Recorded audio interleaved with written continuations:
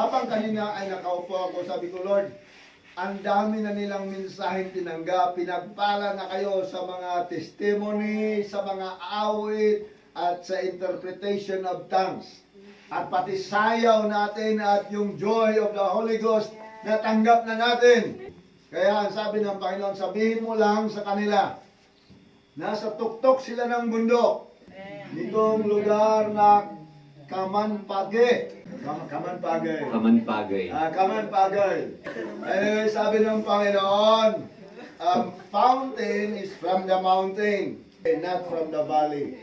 So, that means God is saying, there is a fountain in this mountain. And the purpose of yung bukal, yung fountain is so that the water will flow down to the valley. Kaya hindi po ako nagtataka na narinig kay pastora na sabi niya, pagka ganito lang kalaki, pastor, maliit ang church. Kasi po, when you are a fountain, bukal po dito, that means you have to have a big reservoir. Amen. Because a lot of people, sa baba po, maraming mga tao na nauuhaw sa tubig na sariwa at fresh water. Yeah, kanina po nakikita ko ang kayo po ay talagang inom ng fresh living water. Kami po ay nag-conduct ng revival meetings mula pa po actually, nung single pa ako, 1980 pa po, ako po ay nag-message na about the gift of the living water or the Holy Spirit. Yes. Dahil po, yun po ang kailangan natin na mga mananampalataya. Kaya kahit saan man dako kami dinala ng Panginoon sa iba't ibang mga bansa, hindi lang sa Europe, kundi sa ibang mga bansa pa, ay ang mensahe ko po na dinadala is about the fresh living water na inalok ng Diyos sa atin. The gift of the living water. Amen. So, just one verse, at bukas po, kasi kailangan nyo matulog, at bukas po kailangan nyo gumising ng umaga, at meron tayong gawain dito bukas ng umaga, baka makalimutan kong Sabado ngayon ng gabi. Ang sabi po ng John chapter 14, John chapter 4, verse 14, ang sabi po dito, but whosoever drinketh of the water that I shall give him, shall never thirst.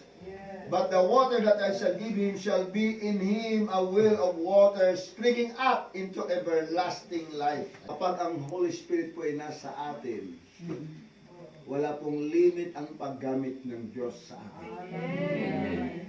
Si nanay po, ay kanina nag-prophecy, nag-English, hindi po yan normal na ginagawa niya. It's the word of the Holy Spirit. So here, sabi ni Jesus Christ, although he was talking about thirst, yung pong tubig na ibibigay ng Panginoon sa atin, hindi na daw tayo muli pang mauuhaw. Because ito ay magiging parang tubig na bukal na lumalabas. Kahit magtag-init, may tubig pa rin. Kahit tag-tuyot, kahit walang-wala ka, mayroon pa rin tubig na buhay. Bakit? Dahil galing po, sabi ni Jesus Christ, there is springs of living water springing up into everlasting life. Marami po mga taong nauuhaw sa buhay. Saan sila kumukuha ng mainom? Dahil ang makapagbigay lamang ng tunay na tubig na buhay ay ang ating Panginoong Jesus. Ay ang church na ito ay mag-ministry, mag-service sa Panginoon to give living water to whoever is thirsty. Amen! Amen. Kaya kailangan malaki ang church. Alam mo, sabi ko kay Pastor Lakayna, sabi niya, naliliitan ako, Pastor, maliit lang ito kasi Pastor Alhawa doon. Malaki po ang kanyang pangitain or vision for the work here. And from here is Bacon. Bacon ba yung place? From this area? No? And sa baba na yun, in this area, and beyond the other mountain, these people will come to drink the living water. Yes! And people will be surprised, pag dumating siya ito, Paano nagkaroon ng napakalaking gawain sa lugar na ito? Because there is a springs of living water from this altar. Hallelujah. Yung mga family na nasira, yung mga buhay na sinisira ng kaaway, muli silang gagaling. Hallelujah. Because this living water is also a healing water. Hallelujah. Ang tubig na buhay na ito ay tubig din na nagpapagaling. Hallelujah. Hindi lamang physically, but even spiritually. Pero ang sabi ng Panginoon, they have to know. Kailangan nilang malaman. Because in John chapter 4 verse 10, sabi ng Jesus sa babae, kung napagkilala mo ang kaloob ng Diyos. Ito ang problema ng mga tao. Hindi nila alam ang kaloob ng Diyos. Hindi alam ng tao kung ano ang kaloob ng Diyos. The gift of God is not only eternal life, because ang isang kaloob ng Diyos, the gift of the gift of God is the living water. That means ito po ay nagsatisfy ng ating buhay. Kami po ay lumaki sa church ng katulad ninyo. Sa Davao City, 1975, Assemblies of God po kami, nakita namin ang pagkilos ng banal na espiritu sa lahat kahit yung walang pinag-aralan. Ang aming pastor hindi matalino. Mas magaling pa ako mag-English. Crooked grammar. Pero ang membro ay hindi lang mga teachers, doctors, nurses, engineers, ex-congressman, college graduates, lawyers. Ayan, naintindihan na nila yun. Paano nangyari yun?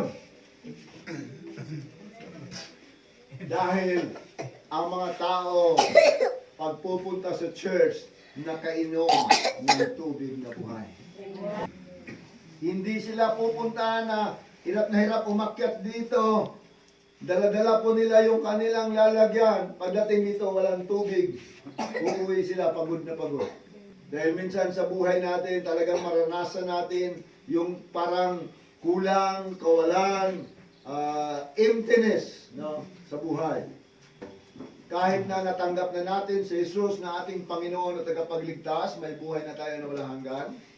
But we need the living water para yung ating buhay laging fresh. Kaya trabaho ni Pastora, itatabi ang mga upuan. Nagsasayaw tayo sa presensya ng Panginoon. May laya ang Holy Spirit na kumilos. Alam niyo, pagka ang tubig na bukal po idadaloy kahit anong bato mo ng marumi, kahit tapunan mo na niyang patay, tapunan mo ng mabaho, kapag ito ay bukal, ito ay lagi lang fresh kasi itataboy lang niya ang marumi. Sa Bisaya, anod. I-flow lang niya, itatapon lang. So, if you go to a fountain, di ba? Batuin, tapunan mo ng marumi, mabaho. Walang mangyari kasi itatapon lang. Hallelujah! Ano mang problema ang dumarating sa buhay mo? Ano mang mga pagsubok dumating sa buhay mo? Iaanod ng tubig na bukal. Amen. Kaya ang mga tao magpupuntahan dito. Pag-uwi ninyo, sabi na, bakit pag nagpunta sila sa simbahan na yan, pag-uwi nila, ang saya-saya nila, kahit alas 2 na ng hapon nakauwi, wala pang pananghalian. Because tumanggap sila ng tubig na buhay na kaloob ng Diyos. Amen? Ito po yung pinasabi ng Panginoon sa atin ngayon. It is a fountain flowing from His altar.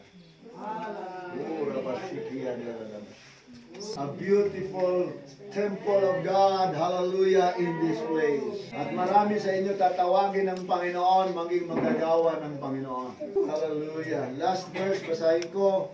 Eh, sabi po dito sa John chapter 7, 37, 38, and 39, memorize ninyo yan. Sabi po doon, ito po pagkasabi ng Panginoon, sa huling araw ng kapistahan, si Jesus ay sumigaw ng malakas. Ang sabi niya, sino man sa inyo nauuhaw, lumapit sa akin. Amen. Amen. At bibigyan ko ng tubig na buhay. At mula sa ilaliman ng kanyang puso, dadaloy ang tubig na buhay. Maging bukal at sapa at streams. Hallelujah. Yeah, I memorize the scriptures in Ilocano, no? The last day of the great day of the feast, Jesus stood and cried and invited all the people to come to Him and drink the living water. Ang living water po ay para sa lahat. Kaya sabi niya, all should come to me. Lahat ay lalapit sa akin, sabi ng Panginoon. Kahit yung mga lasinggo, kahit yung mga taong makasalanan, sabi niyo may bisyoso, ano mang mga bisyo sa buhay, makasalanan man, pwede silang lumapit sa Panginoon. Kapag nakainom sila ng tubig na buhay sa ating Panginoon, nasabi ko na kanina, iaanod ang lahat ng hindi mabuti sa kanila. Tonight, just imagine, as you close your eyes, you imagine that in this part, in this altar, the Lord is pouring out the living water towards us. Hallelujah.